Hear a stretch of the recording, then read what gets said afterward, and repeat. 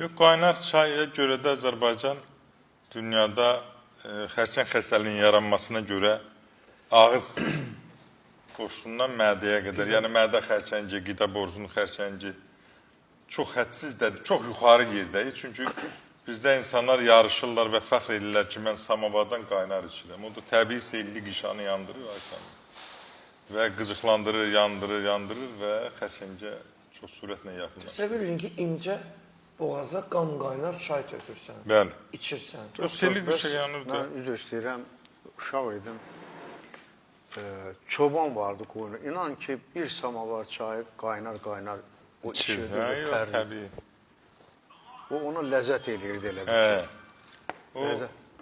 Yox, o da faciədir, fəxr edirlər. Elə bir dünya çempionatızadır. Mən qaynar samavardan çay içirəm.